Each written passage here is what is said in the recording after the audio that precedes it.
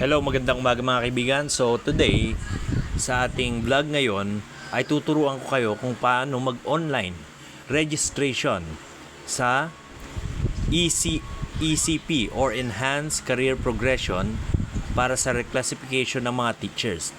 So bago kayo makapag-apply, kailangan mag-apply muna kayo online. So ganito yan mga kaibigan. So ilalagay ko sa baba ang link kung saan i-click nyo yan at makakapagsimula na kayong mag-apply online. Ito ang lalabas sa inyong online application mga kaibigan. So una, syempre ilalagay nyo dyan ang inyong pangalan or DepEd email, as well as kung saan kayo, kung junior ba, senior high, or elementary. So pagkatapos nyan, syempre pipindutin ninyo ang next. Next. So, lalabas naman dyan ang specialization. Siyempre, pipiliin nyo dyan yung field of specialization ninyo. Sa akin ay math. Yan. So, next. Pindutin nyo yung next. Mahaba-haba ito mga kaibigan, ha? Pipindutin nyo kung ano yung current position ninyo. Siyempre, ako teacher 3 ako ngayon.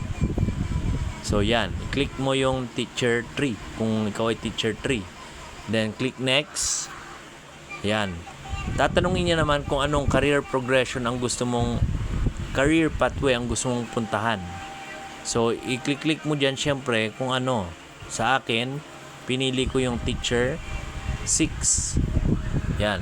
Then, next uli. Ayan.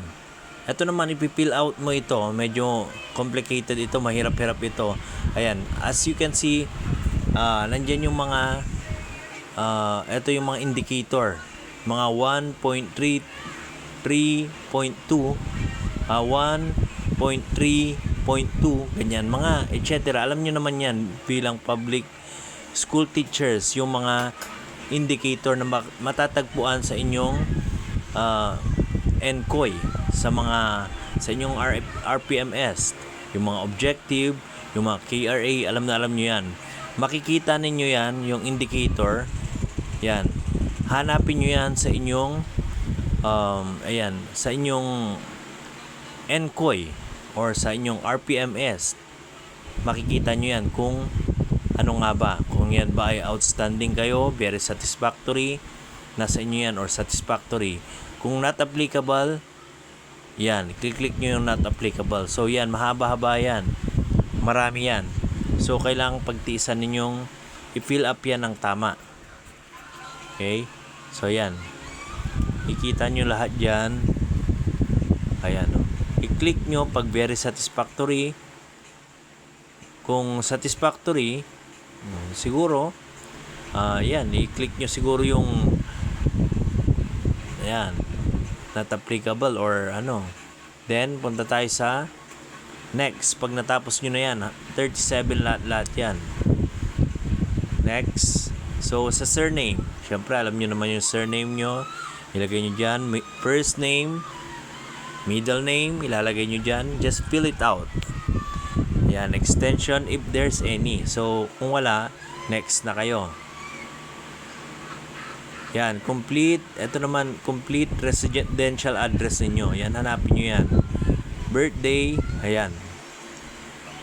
Male or female, civil status, disability, none, ethnic group, none, email address, syempre yung DepEd, number, school kung saan kayo naka-assign, at yung appointment ninyo kung kailan kayo unang nakapasok sa DepEd. Ito naman, educational background, ha? Makikita nyo yan. So, meron diyang nakalagay, do not abbreviate your course. Ayan, ang mga naka-graduate, please indicate the earned. Ito ang kanyang, as you can see, ito ang kanyang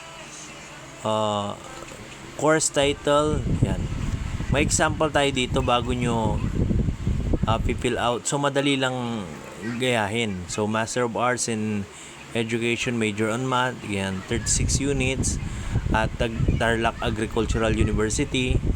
Ganyan. So, yan. Major in, yan. Let's go. Let's proceed. Yan, highest attainment na earn ninyo. yan o. Completed academic requirements. Complete towards the completion of master degree. Yan. Ako kasi academic requirement lang natapos ko sa masteral. So, let's continue. Kung may doctorate kayo, ayan, sulat nyo dyan. Next. So, training. Ito, mahalaga to. Training. From most recent, pinaka latest na inyong, kailangan, as you can see, dapat naka-organize yan mula sa most recent hanggang sa pinakaluma within 5 years yan, 5 years. So kung abot pa ng 5 years yung mga trainings ninyo, ilagay nyo dyan. Nakalagay din dyan kung paano ninyo ilalagay. Basta huwag kayo mag-iwan ng space dito. Just say for example ito, school-based training of teachers, revised curriculum. Ito yung date niya, ilang hours, isusulat nyo dyan. Tapos huwag na kayong mag-space dyan, 2-day in service, second na naman yan. Then yung date niya, tapos number of hours. Tapos, meron pa yan. Lahat ng hours mo dito, ilalagay mo dito highest relevant trainings obtained within 5 years. So, bibilangin mo lahat yung hours na sinulat mo dito, 40 hours, 24 hours, etc. Ito, nakalagay dyan. Yan. So, next tayo. Next. Ito, work experience. Ito naman sa work experience, magkakaiba yung date na na-reclass kayo. Halimbawa, teacher 1. Ayan o. Una, naging classroom teacher ako noon sa private school, year, tapos yung kung kailan ako naging teacher, at ilang taon or ilang buwan. Ayan. Tapos naging teacher 1 ako from binilang ko yan 9 years and 6 months. Tapos hanggang na na-reclass ako, ito teacher 3 na ako, 2 years up to 5 months. So bibilangin mo rin yung highest relevant obtained na experience mo, yung relevant. Puro teaching ang ibig sabihin dito kung relevant. Relevant sa okay, next. Ito naman, kung let ka or PBET, passing rate, date of passing, yan. Yan, submit mo rin ito. Naka-ready na. Teacher yan. Nakat lang, ha? Teacher. Yan, to confirm your registration, please comply with this format. So, gayahin mo lang ito. Yan. Then, isubmit mo na. Yan na yung last part.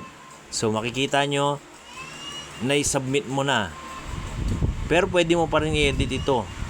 Just in case na gusto mong balikan, then i-submit mo ulit. So, that's all mga kaibigan. Sana meron kayo natutunan sa ating video, mga teachers ng public schools. And kung may time kayo, please don't forget to subscribe to my channel. Malaking tulong yan sa ating channel. So that's all for now, mga teachers. Goodbye.